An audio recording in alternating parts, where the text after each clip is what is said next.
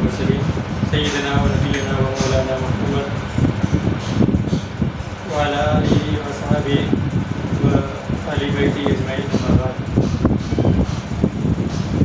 محترم سامعین کرام، طلبہ کرام، اساتذہ کرام، ابھی آپ کے سامنے جناب حضرت مولانا شاہد فضل قاسمی صاحب گفتگو فرما رہے تھے۔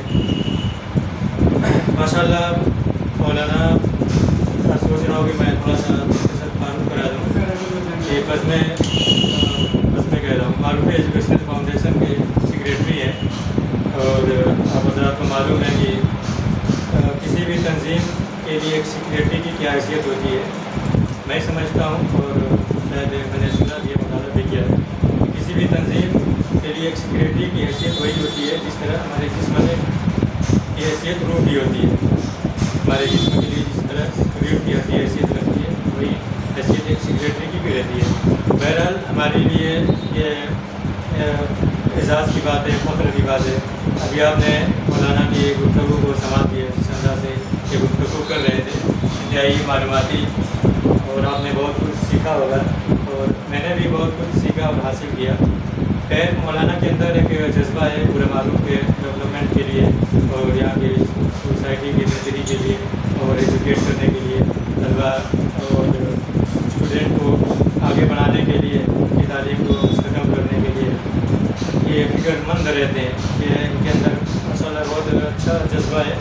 اللہ کرے کہ یہ جذبہ مزید پروان چڑھے، بلند ہو اور اس میں استحکام پیدا ہو۔ بہرحال یہ مولانا دہلی میں رہتے ہیں اور معروفی ایجوکیشنل فاؤنڈیشن کے ایک فعال سیکریٹری ہیں اور ذمہ داریاں اپنی حوصلوں کو بھی انجام دیتے ہیں۔ انہوں نے دارالعلوم دیوبند سے فضیلت حاصل کی ہے، اس کے بعد بی اے کیا، ایم اے کیا میڈیا سے، اور 10 سال تک انہوں نے جیسا کہ بتایا صحافی بطور صحافی کی حیثیت سے خدمات انجام دی۔ 10 سال تک انہوں نے اخبار میں کام کیا ہے۔ بہرحال ان کی شخصیت بہت بڑی شخصیت ہے، اگرچہ ان کا ظاہری مطلب یہ جو کہہ لیجیے یا ان کی سادگی ہے کہ خیر کی شخصیت ہمارے لیے انتہائی قابل تعظیم ہے۔ بہرحال اللہ کا ہمارے اوپر ایک انعام بھی ہے کہ معروفی ایجوکیشنل فاؤنڈیشن کو ایک ایسا سیکریٹری میسر ہوا جس کے ذریعے ہم اپنے قدم کو آگے بڑھا سکتے ہیں۔ خیر آج سے انشاءاللہ تعالیٰ تعلیمی سلسلہ شروع ہو رہا ہے۔ اساتذہ کرام آپ لوگوں کو بتائیں گے کہ کیسے کیا کرنا ہے، کس طریقے سے پڑھنا ہے، اور یہ 3 سہ ماہی اسپیکنگ کورس ہوگا۔ تو بہت سارے بچے پوچھتے ہیں، جیسے میرے دوست وغیرہ ملاقات ہوتی ہے تو کہتے ہیں کہ 3 مہینے میں انگلش بولنا شروع کر دیں گے۔ تو میں کہتا ہوں کہ ضروری نہیں ہے، وہ آپ کی محنت کے اوپر ہے، اور اساتذہ محنت کریں گے، محنت سے پڑھائیں گے، جو بھی محنت کریں گے توجہ دیں گے۔ تو ہمارے اندر یہ جذبہ ہونا چاہیے کہ جسے اپنی ذات پر بھی ٹرسٹ ہونا چاہیے۔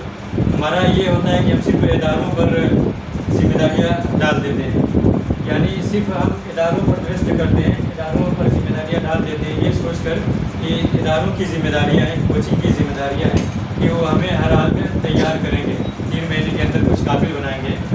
یہ احساس ہمارے اندر نہیں ہونا چاہیے، بلکہ یہ احساس ہونا چاہیے کہ ہماری بھی ذمہ داریاں ہیں۔ ہم 1 گھنٹہ کوچنگ میں پڑھیں گے، 2 گھنٹہ پڑھیں گے، تو اس کے بعد ہمارے پاس وقت رہے گا، اسی لحاظ سے ہم تیاری کریں گے، ہمت کریں گے، ہم محنت کریں گے تو انشاءاللہ تعالیٰ آگے بڑھیں گے۔